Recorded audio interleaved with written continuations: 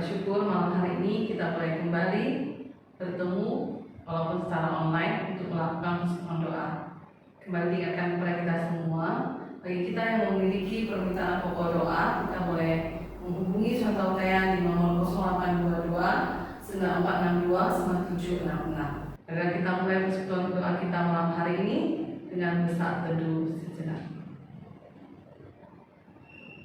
Amin. Mari kita naikkan pujian yang pertama, hati yang setia.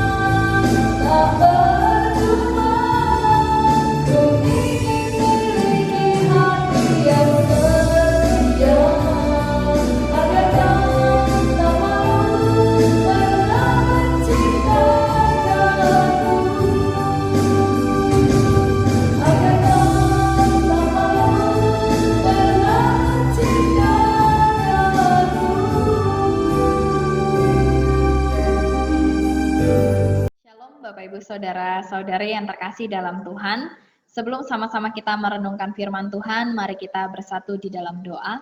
Tuhan Yesus, di dalam segala kondisi kami, hari ini kami mau belajar dari kebenaran firman Tuhan. Kiranya Tuhan mengurapi kami, menyiapkan hati kami, supaya hati kami boleh siap mendengarkan, dan juga siap melakukan kebenaran firman Tuhan di dalam kehidupan kami hari lepas hari. Tuhan, pimpin setiap kami dimanapun kami berada, Tuhan yang memberkati kehidupan kami, dan biarlah firman Tuhan boleh mengubahkan hidup setiap kami. Dalam nama Tuhan Yesus kami berdoa dan bersyukur. Amin. Saudara, hari ini kita akan belajar tentang satu tema, yaitu berani untuk berubah.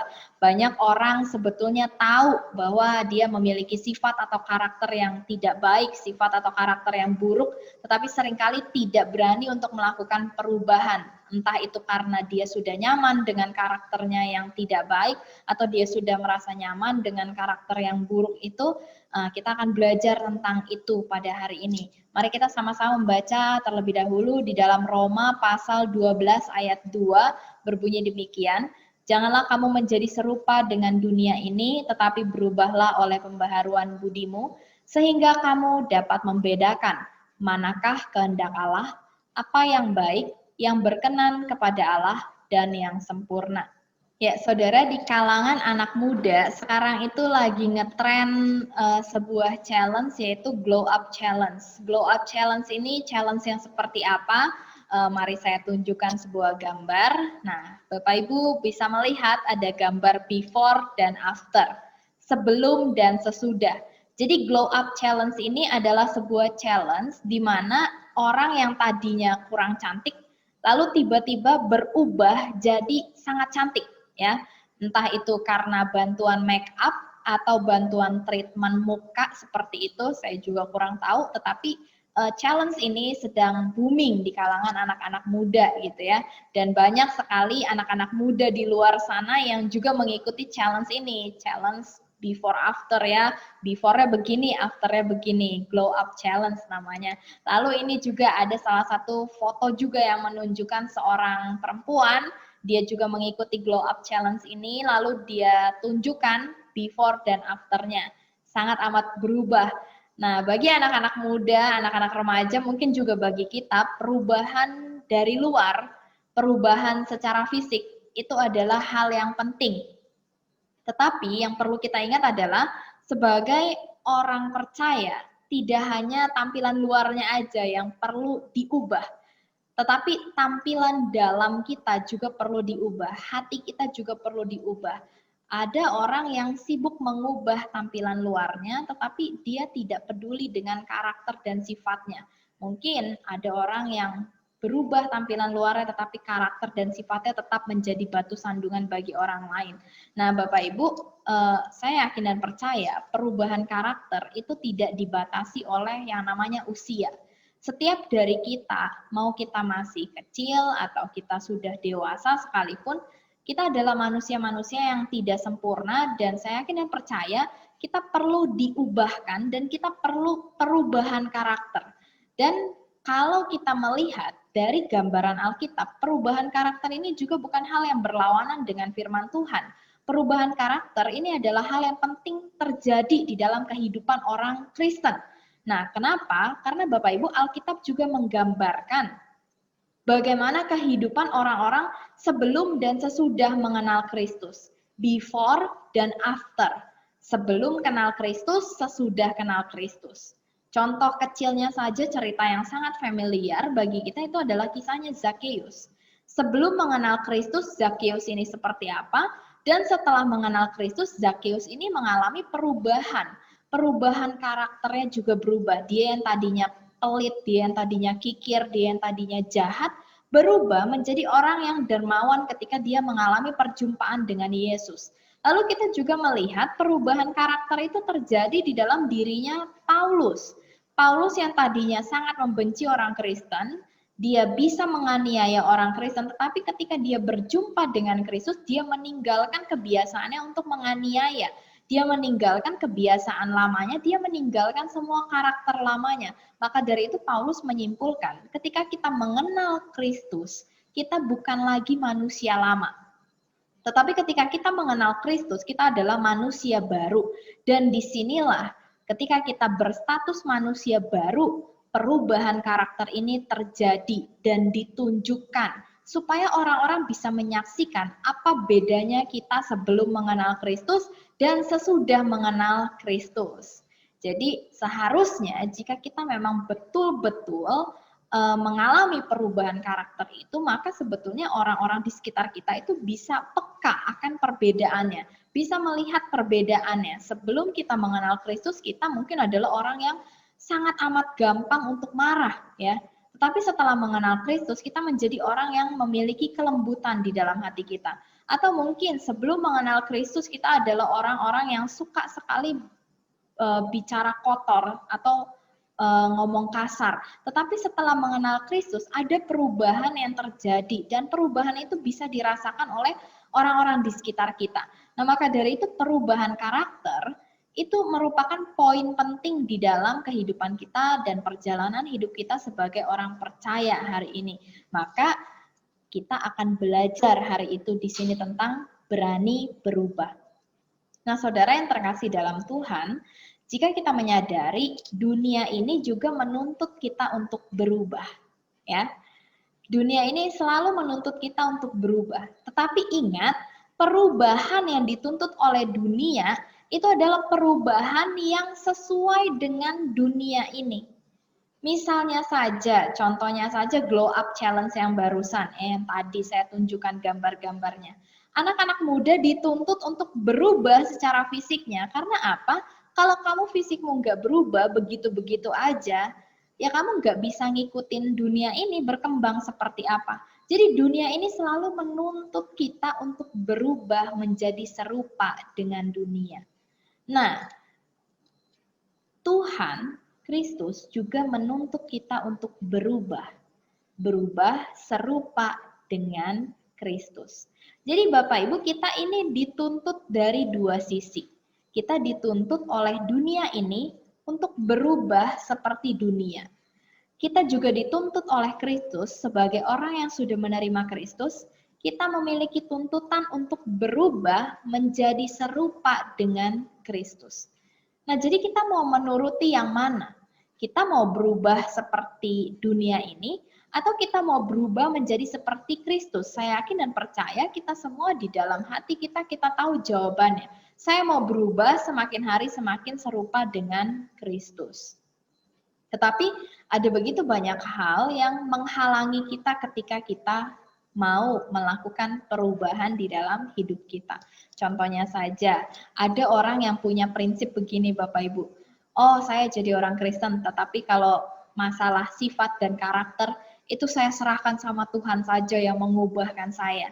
Nah, Bapak Ibu, di dalam perubahan karakter, ini ada bagian Allah dan ada bagian saya. Jadi, bagian Allah itu Allah yang mengerjakan, Allah yang mengubahkan. Tetapi apa yang masih kita bisa usahakan untuk kita ubah, mari kita usahakan. Kita berusaha sedemikian rupa untuk mengubahnya. Jadi ada bagian Allah, tentu juga ada bagian saya. Tidak bisa kita hanya berpikir, oh perubahan itu udah terserah Tuhan aja, saya nggak mau peduli. Ya kalau Tuhan mau ubah saya, ubah loh. Kalau enggak ya udah, nggak bisa kita berpikir seperti itu.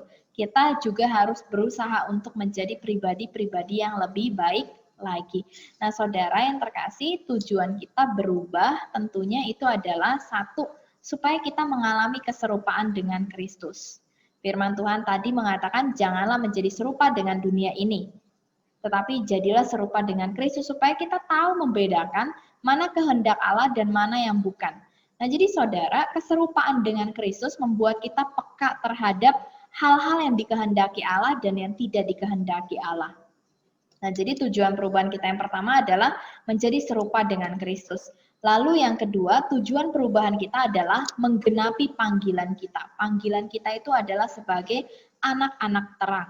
Dalam Matius 5 ayat 16, Yesus mengatakan demikian, demikianlah hendaknya terangmu bercahaya di depan orang, supaya mereka melihat perbuatanmu yang baik dan memuliakan Bapamu di sorga. Nah Bapak Ibu, kalau karakter kita jadi batu sandungan buat orang lain, apakah kita akan memuliakan Tuhan melalui keberadaan kita? Saya rasa akan sulit. Kalau kita karakternya itu selalu jahat, tidak baik, kita selalu egois, kita selalu mau mencari keuntungan bagi diri kita sendiri, apakah kita mudah menjadi berkat bagi orang lain? Saya yakin akan sulit kita menjadi saluran berkat karena kita begitu egois, karena kita begitu mementingkan diri kita sendiri, kita tidak memikirkan orang lain. Jadi kita hari ini belajar untuk berubah itu dengan dua tujuan. Yang pertama, tujuannya itu adalah menjadi serupa dengan Kristus, dan yang selanjutnya adalah untuk menggenapi panggilan kita sebagai anak-anak terang, supaya orang di sekitar kita melihat terang kita yang bercahaya. dan mereka juga melihat kemuliaan Bapa di sorga melalui kehadiran dan keberadaan kita. Nah, jadi pada saat ini saya akan membahas bagian kita di dalam perubahan karakter. Bagian yang kita bisa kerjakan sebagai manusia biasa, kita bisa mengerjakan ini supaya kita bisa berubah lebih baik lagi. Yang pertama adalah kita melakukan identifikasi, Bapak Ibu. Identifikasi ini, identifikasi apa? Identifikasi itu adalah berusaha mengenali, berusaha mencari bagaimana karakter kita sebenarnya yang sesungguhnya. Mana yang menjadi batu sandungan dan mana yang enggak gitu loh. Mana yang bisa saya ubah, mana yang harus saya pertahankan. Nah, Bapak Ibu, karakter itu ada dua jenis. Ada yang saya tahu, I know, itu artinya sifat atau karakter yang baik atau buruk yang saya tahu dan saya sadar ada di dalam diri saya. Misalnya, saya tahu kalau saya ini orangnya gampang iri hati. Nah, ini saya tahu, tetapi belum tentu orang lain tahu. Ini cuma saya aja yang tahu. Nah, lalu juga ada jenis karakter yang orang lain tahu, tapi saya nggak tahu. Contoh misalnya, sombong. Bapak Ibu pernah ketemu orang sombong? Kalau orang sombong, dibilang kamu sombong banget sih jadi orang, pasti orang itu bakal bilang gini, mana ada saya sombong? Enggak kok, saya enggak sombong. Nah, jadi Bapak Ibu yang terkasih, karakter yang sifatnya ini orang lain tahu, tapi saya seringkali enggak tahu, saya enggak sadar. Orang di sekitar saya tahu kalau saya ini sombong, tetapi saya sendiri nggak tahu, nggak sadar kalau saya ini adalah pribadi yang sombong.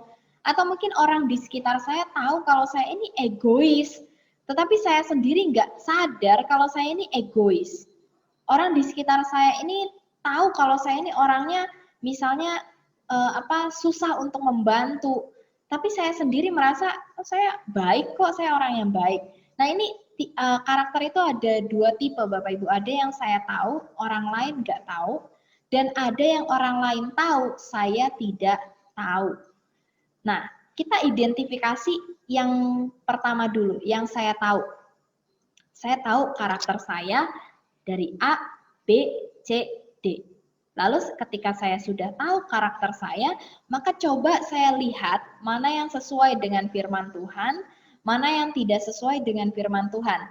Sifat saya mana yang sesuai firman Tuhan, mana yang tidak sesuai dengan firman Tuhan. Nah, setelah kita sudah mengidentifikasi, kita juga harus tahu pendapat dari orang lain tentang diri kita. Nah, inilah perlunya kalau saya bilang itu sparring partner atau rekan. Kalau di dalam Alkitab itu dituliskan biarlah besi menajamkan besi dan manusia menajamkan sesamanya. Ini yang disebut sparring partner, teman untuk berlatih ya, teman untuk bertumbuh gitu. Jadi kita harus punya orang yang bisa kita percaya untuk menilai karakter kita. Yang selama ini dekat dengan kita, kita bisa cari mereka, kita bisa menanyakan kepada mereka atau memohon pertolongan mereka untuk mengidentifikasi karakter saya ini sebetulnya seperti apa di mata orang lain. Bapak Ibu, ini satu penilaian yang penting karena kalau hanya kita yang menilai diri kita, seringkali kita nilai diri kita itu selalu begini. Saya udah baik kok, saya udah cukup peduli, saya udah cukup berbuat baik, saya udah cukup ringan tangan, tetapi mana tahu orang di sekitar kita atau orang terdekat kita ternyata punya penilaian yang berbeda tentang karakter kita.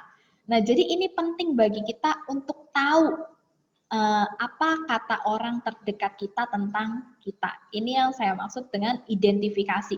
Setelah kita mengidentifikasi baik dari diri kita ataupun dari orang yang kita percaya sudah memberikan identifikasinya, mari kita seleksi ya, mana yang harus saya pertahankan, karakter saya mana yang harus saya ubah. Kalau misalnya karakter saya ini suka terlambat gitu, ya maka banyak orang yang hobi terlambat dan merasa itu nggak salah. Tapi sebetulnya bagi orang-orang di sekitarnya, terlambat itu adalah hal yang salah. Nah, jadi Bapak Ibu yang terkasih dalam Tuhan, disinilah kita perlu gitu loh. Perlu orang lain untuk mengidentifikasi diri kita. Kira-kira kalau saya suka terlambat, merugikan orang lain nggak sih? Nah, kita perlu tahu penilaian orang lain tentang kebiasaan kita, sifat kita. Karena seperti yang kita sama-sama tahu, kita manusia yang tidak sempurna. Kita butuh penilaian orang lain. Tidak hanya kita yang bisa menilai diri kita, tetapi mari kita berikan kesempatan bagi orang lain yang kita percaya untuk memberikan penilaian terhadap karakter, kebiasaan, atau sifat kita gitu. Nah, jadi Bapak Ibu setelah identifikasi, mari kita lihat mana yang sesuai dengan firman Tuhan dan mana yang tidak. Nah, ketika kita melakukan identifikasi, Bapak Ibu, seringkali kendalanya adalah banyak orang yang ketika diidentifikasi karakternya tidak mau menerima. Contoh misalnya seperti tadi, kebiasaannya suka terlambat. Lalu dia nanya ke temannya, menurut kamu kebiasaan saya yang jelek itu apa sih? Lalu temannya bilang, kamu ini menurut saya ya suka terlambat orangnya. Lain kali ya cobalah jangan terlambat lagi. Lalu tiba-tiba dia tidak terima. Dia katakan, Allah saya cuma terlambat 5 menit aja pun, masa begitu aja terlambat, itu belum terlambat bagi saya. Kalau udah 30 menit baru terlambat itu ya. Nah ini salah satu contoh ketika kita diidentifikasi, kita tidak mau menerima. Nah Bapak Ibu, sebagai manusia yang tidak sempurna, mari sama-sama kita belajar menerima dan memahami bahwa kita perlu berubah dan kita juga perlu diubahkan. Memang saya rasa menerima masukan, menerima kritikan dari orang lain belum tentu menjadi sesuatu yang mudah bagi setiap orang. Ada orang yang begitu sulit menerima masukan dari orang lain, tetapi di dalam kekristenan, mari kita belajar bahwa ini adalah bagian dari cara Tuhan untuk membentuk saya sebagai pribadi yang lebih baik lagi. Nah, jadi Bapak Ibu, kita harus bisa belajar menerima bahwa kita adalah manusia-manusia yang memang perlu untuk diubah. Dan terkadang Tuhan pun memakai orang lain untuk mengubahkan kita. Nah, jadi mari sama-sama kita belajar di situ. Terima dan pahami bahwa kita manusia yang tidak sempurna, perlu berubah, bahkan perlu untuk diubahkan. Nah, setelah kita melakukan identifikasi, kita juga sudah meminta bantuan dari orang yang kita percaya untuk mengidentifikasi karakter kita. Mari kita mengatur strategi. Strategi seperti apa yang saya mau lakukan supaya saya bisa berubah. Nah, Bapak Ibu, strategi itu ada dua, ada yang radikal, ada yang perlahan. Yang radikal ini apa? Contohnya itu langsung ya. Langsung artinya memaksa, menuntut atau menyiksa diri supaya mencapai perubahan yang diinginkan.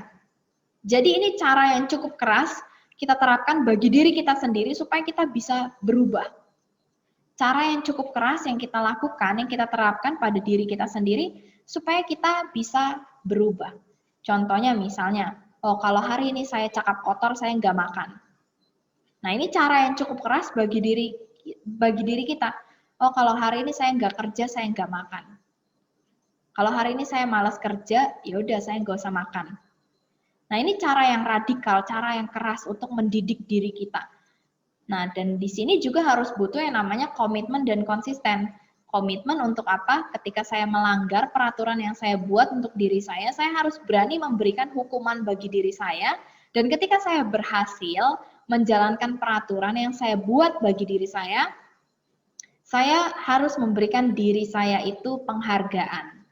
Nah, jadi Bapak Ibu, ketika kita mengatur strategi, kita berpikir kita mau pakai cara yang radikal atau cara yang satu lagi, yaitu cara yang perlahan. Sedikit demi sedikit tapi konsisten untuk melakukan perubahan. Misalnya, kalau saya dulu ingat papa saya ketika merokok, punya kebiasaan merokok, beliau itu perlahan-lahan melepaskan kebiasaannya. Jadi biasanya satu hari dulu bisa 2 bungkus, lalu pelan-pelan dikurangin. Jadi 1 bungkus, lalu dikurangin lagi jadi 2 batang, lalu dikurangin lagi jadi 1 batang. Nah, itu perlahan-lahan, kebiasaan yang diubah secara perlahan-lahan saja. Nah, kebiasaan yang diubah secara perlahan ini juga perlu kita terapkan di dalam diri kita. Jadi kita mengukur kira-kira kapasitas kita di mana. Kita bisa mengubah diri kita dengan cara yang radikal atau dengan cara yang perlahan. Misalnya kebiasaannya terlambat. Maka dengan cara yang radikal, misalnya, oh kalau saya terlambat hari ini, ya maka mendingan saya nggak usah menggunakan handphone 1 hari. Itu radikal, langsung keras gitu. Kalau saya terlambat, saya nggak usah pakai handphone 1 hari. Kalau saya terlambat, saya nggak usah pakai uang selama 1 hari. Nah, Bapak Ibu Saudara, cara ini juga saya pernah terapkan di dalam diri saya gitu. Saya orang yang suka jajan ya, suka banget jajan. Nah, jadi hari itu saya berpikir, aduh, boros sekali terhadap yang namanya jajanan. Nah, jadi saya mencoba untuk berubah dengan cara yang radikal, dengan cara apa? Saya pindahkan semua uang yang ada di mobile banking ke ATM saya yang satu lagi yang susah untuk diambil karena dia tipenya adalah tabungan, dia harus saya itu pergi ke ATM dulu baru bisa ambil uang. Kalau ada mobile banking biasanya tuh tinggal transfer, tiba-tiba habis uangnya. Maka hari itu saya langsung pindahkan semua uang saya ke ATM yang satu lagi karena saya pikir ya udah saya nggak mau jajan, saya mau puasa dari jajan. Nah, ternyata cara yang radikal ini menurut saya kurang efektif di saya. Karena apa? Ketika langsung dengan keras begitu, akhirnya timbul banyak keinginan yang tidak terpenuhi gitu. Dan ketika saya punya kesempatan untuk mewujudkan semua keinginan saya untuk jajan, maka saya jajan dalam jumlah yang banyak. Akhirnya saya pergi ke ATM juga, saya isi juga akhirnya mobile banking saya. Saya isi juga akhirnya OVO saya supaya saya bisa nge-grab food.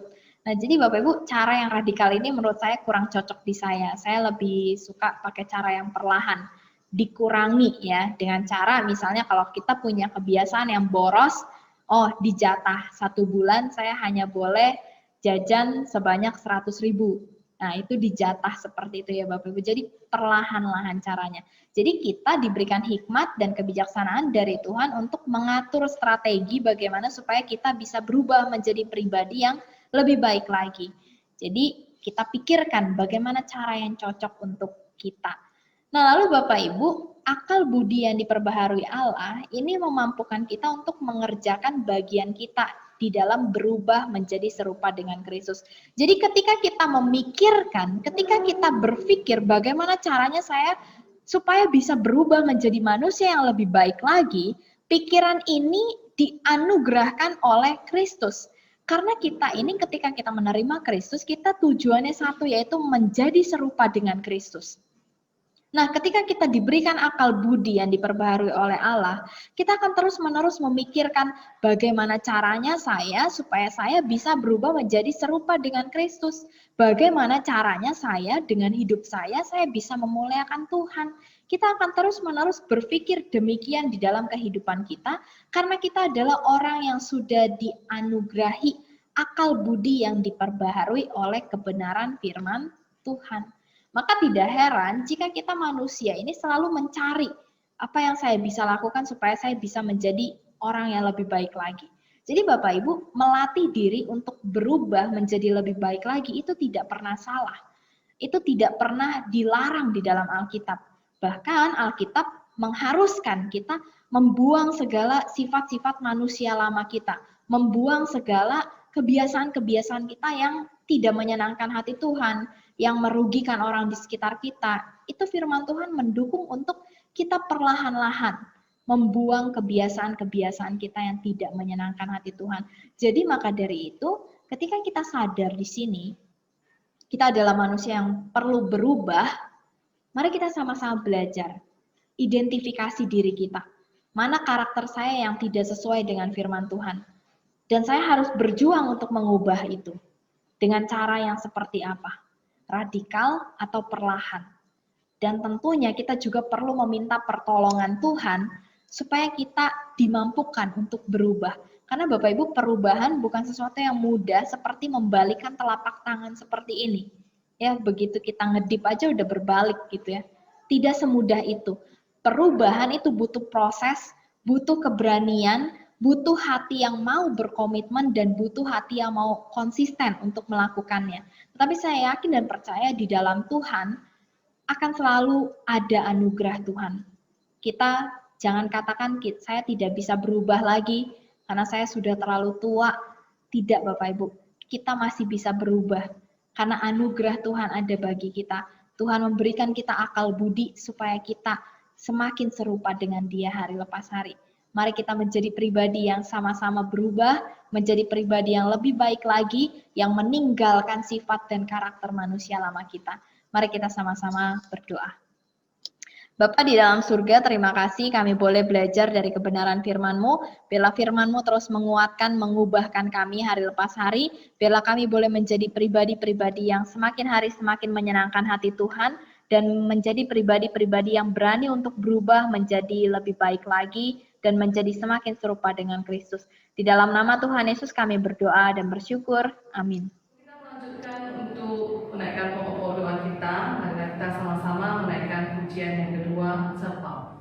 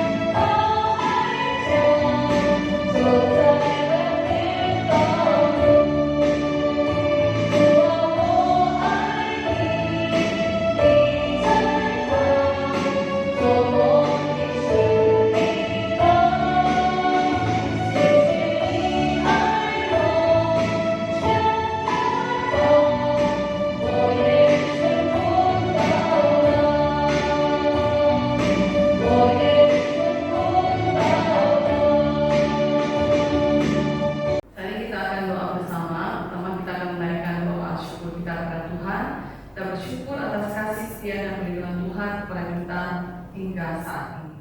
Mari kita bersatu dalam doa. Bapa di surga, kami bersyukur berterima kasih untuk kasih setia Tuhan dalam hidup kami. Kami bersyukur untuk sepanjang minggu Tuhan memeliharakan kami, untuk permasalahan, pergumulan dalam hidup kami, Tuhan senantiasa tolong dan memberikan kekuatan. Biarlah hati kami senantiasa melimpah dengan ucapan syukur, karena kami setiap hari boleh merasakan kebaikan dan penyertaan Tuhan. Terpujilah nama Tuhan dan nama Yesus kami berdoa. Amin. Saat ini kita akan berdoa bagi bangsa dan negara kita. Pertama, kita berdoa untuk kebijakan pemerintah agar dapat mengutamakan kesejahteraan rakyat selalu. Yang kedua, kita doakan agar seluruh warga Indonesia dapat selalu bersikap waspada dan bijaksana dalam menanggapi penyebaran COVID-19 ini. Yang ketiga, kita berdoa agar Medan tidak lagi berada dalam zona merah, agar ibadah dan sekolah bisa segera dilangsungkan secara normal. Mari kita bersatu dalam doa. Bapa di surga, saat ini kami mau berdoa bagi bangsa dan negara kami. Kami mau berdoa Tuhan untuk pemerintah kami, khususnya untuk Bapak Jokowi dan semua aparatur negara Tuhan. Tuhan berikan kesehatan, berikan hati yang takut akan Engkau, dan biarlah pemerintah kami boleh membuat kebijakan yang dapat mengutamakan kesejahteraan rakyat Indonesia. Bapak, kami juga berdoa agar seluruh warga Indonesia dapat selalu bersikap waspada dan bijaksana dalam menanggapi penyebaran COVID-19 ini yang semakin hari Tuhan memakan semakin banyak korban. Kami juga berdoa Tuhan agar Medan tidak lagi berada dalam zona merah. Kami berdoa kiranya warga Medan diberi kesadaran Tuhan untuk senantiasa mengikuti protokol kesehatan dalam kehidupan sehari-hari. Kami rindu Tuhan agar ibadah dan sekolah bisa segera dilangsungkan kembali secara normal. Dalam nama Yesus kami berdoa. Amin. Berikutnya kita mau berdoa bagi gereja kita. Pertama, kita doakan agar ibadah normal dapat segera dilaksanakan.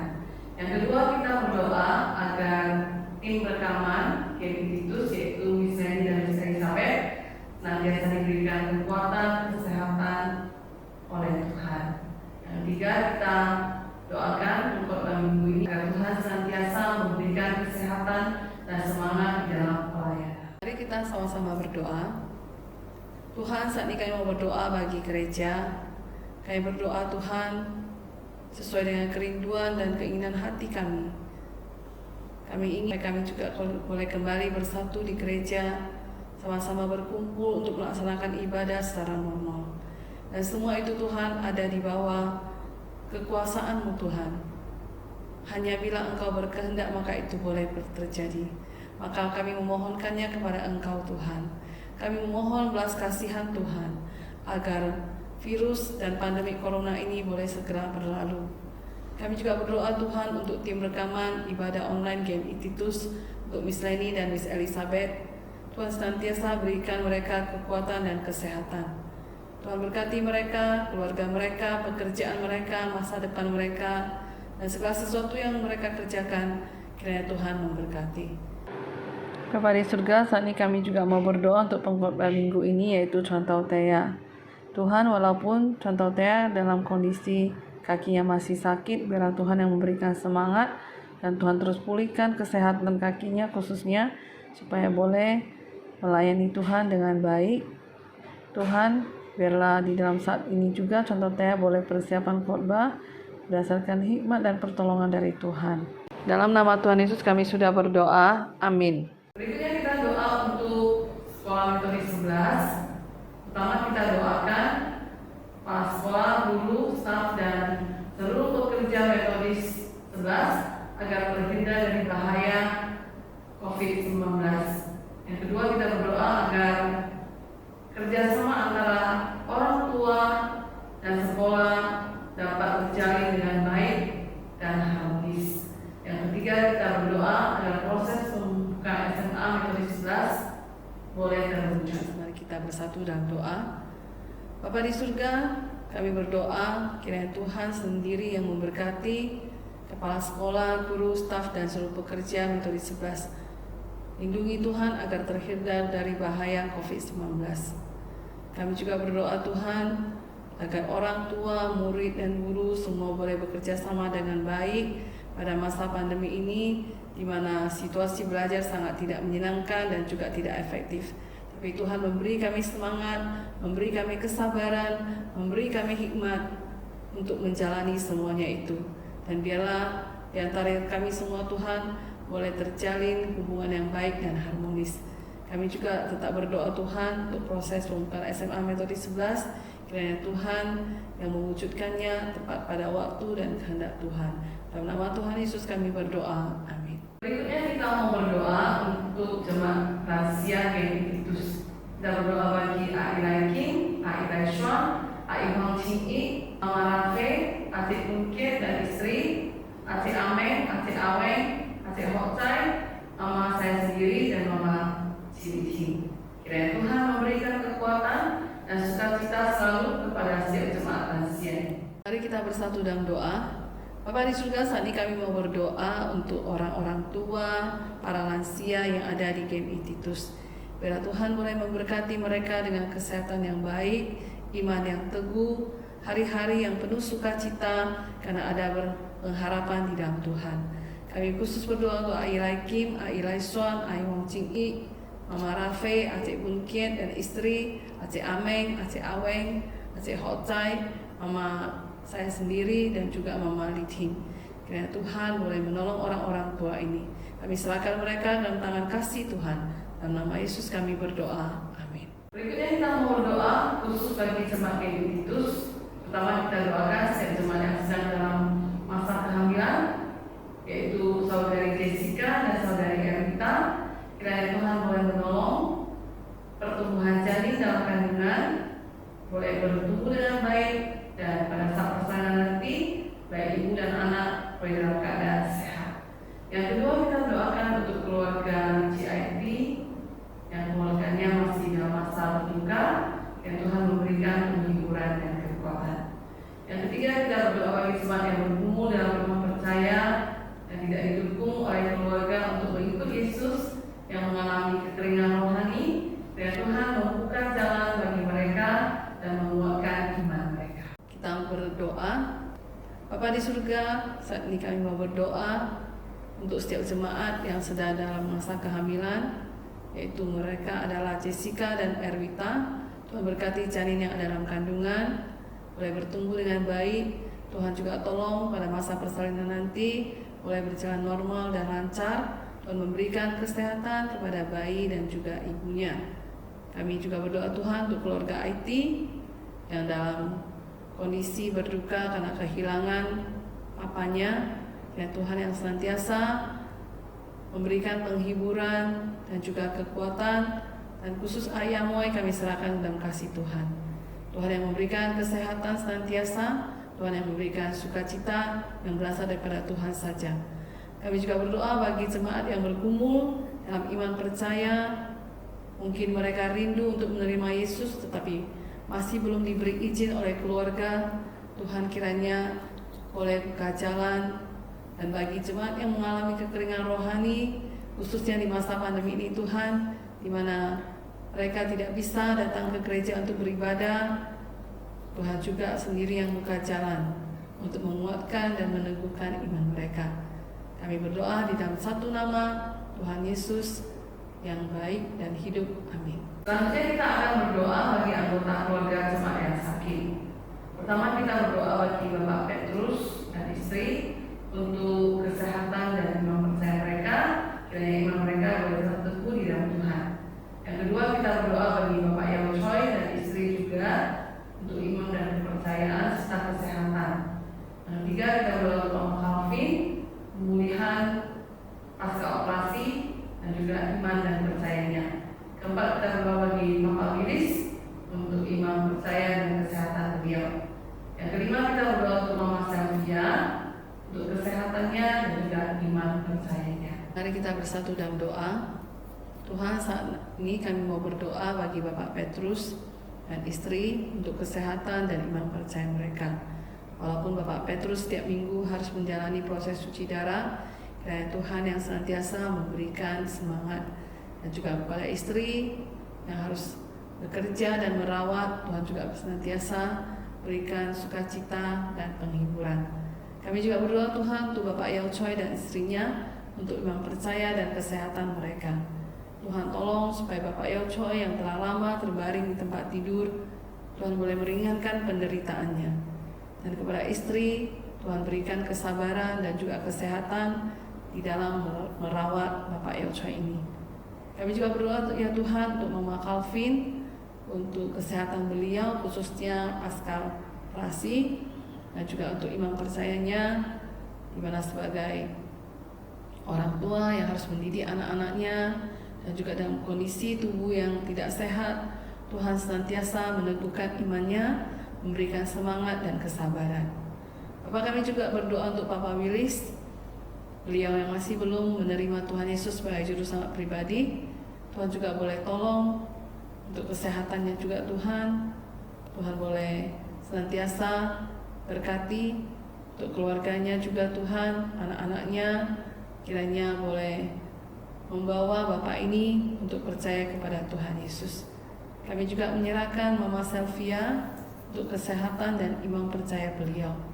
Tuhan berkati orang tua ini dengan kesehatan yang baik, dan kiranya Tuhan juga buka jalan sehingga beliau juga boleh menerima Tuhan Yesus sebagai juru selamat pribadinya. Terpujilah nama Tuhan. Kami berdoa dalam nama Tuhan Yesus. Amin. Selanjutnya kita mau berdoa bagi anggota keluarga jemaat yang sakit. Pertama kita lanjutkan berdoa untuk adik ipar saya, Saudari Julianti, untuk proses kemoterapinya. Yang berikutnya berdoa untuk Aimee Hua, Marendal, untuk pembengkakan perut, kiranya juga boleh mendapatkan pengobatan dan perawatan yang baik. Kita tetap berdoa untuk Mama dari Bu Suwira, untuk kesehatan beliau. Kalau kita tahu bahwa akhir ini kondisi kesehatan beliau sedikit kurang baik, kita tetap doakan supaya Tuhan boleh memberikan yang terbaik. Berikutnya kita berdoa untuk kakak dari Saudari IT, untuk Saudari Nini, untuk imam percaya kesehatan. Kita juga berdoa untuk Papa dari Contohea, untuk kesehatan beliau. Lahir kita berdoa untuk Contohea dan juga Saudari Selvia yang kakinya lagi sakit, kiranya Tuhan boleh segera sembuhkan. Kita kembali bersatu dalam doa. Bapa di surga, saat ini kami juga mau berdoa untuk Saudari Julianti, adik ipar saya, untuk proses kemoterapinya Tuhan, dan khususnya juga untuk iman percayanya, kiranya dia juga boleh diperkenalkan untuk boleh menerima Tuhan Yesus sebagai juru selamat pribadinya. Kami juga berdoa untuk Aimee Hua yang tinggal di Marendal. Beliau mengalami pembengkakan di perut. Tuhan juga buka jalan sehingga beliau boleh mendapatkan pengobatan yang tepat. Kami juga berdoa Tuhan untuk Mama Bok Suwira. Kalau belakangan ini kesehatan beliau semakin tidak baik, Tuhan yang boleh memberikan jalan keluar, Tuhan yang boleh memberikan yang terbaik, dan juga kepada keluarga yang merawat, Tuhan boleh berikan kesabaran. Bila dalam kondisi kesehatan yang tidak baik, beliau juga tetap boleh percaya kepada Tuhan, boleh bersandar kepada Tuhan, dan berharap kepada Tuhan. Kami juga berdoa Tuhan untuk Saudari Nini, kakak dari GIT, untuk iman percaya dan kesehatannya. Juga untuk Papa dari Contohea, untuk kesehatan beliau. Beliau yang sudah pernah mengalami operasi, Tuhan yang senantiasa menjaga dan memeliharakan kesehatannya, segala pekerjaan dan aktivitasnya sehari-hari, Tuhan juga yang memberkati dan melindungi. Kami juga berdoa Tuhan khusus untuk Contohea dan Saudari Selvia yang dalam beberapa hari yang lalu mengalami terkilir kakinya sehingga harus dirawat. Tuhan berikan kesembuhan dan juga kesabaran kepada Contohea dan Saudari Selvia di masa-masa di mana harus menjalani perawatan. Kiranya boleh tetap berhati-hati sehingga boleh segera pulih. Kami serahkan semua Tuhan, pokok-pokok doa kami, kerinduan kami, pergumulan kami dalam tangan Tuhan. Tuhan yang menjawab doa-doa kami sesuai dengan kasih setia Tuhan. Terpujilah nama Tuhan dan nama Yesus yang berdoa. Amin. Saat ini kita akan menutup persekutuan doa kita ini dengan menaikkan doa kami dalam bahasa Mandarin. 主祷文，我们在天上的父，愿人都尊父的名为圣，愿父的国降临，愿父的旨意行在地上，如同行在天上。我们日用的饮食，今日赐给我们，赦免我们的罪，如同我们赦免得罪我们的人，不叫我们遇见试探，拯救我们脱离凶恶。因为国度、权柄、荣耀，全是父的，直到永远。阿们。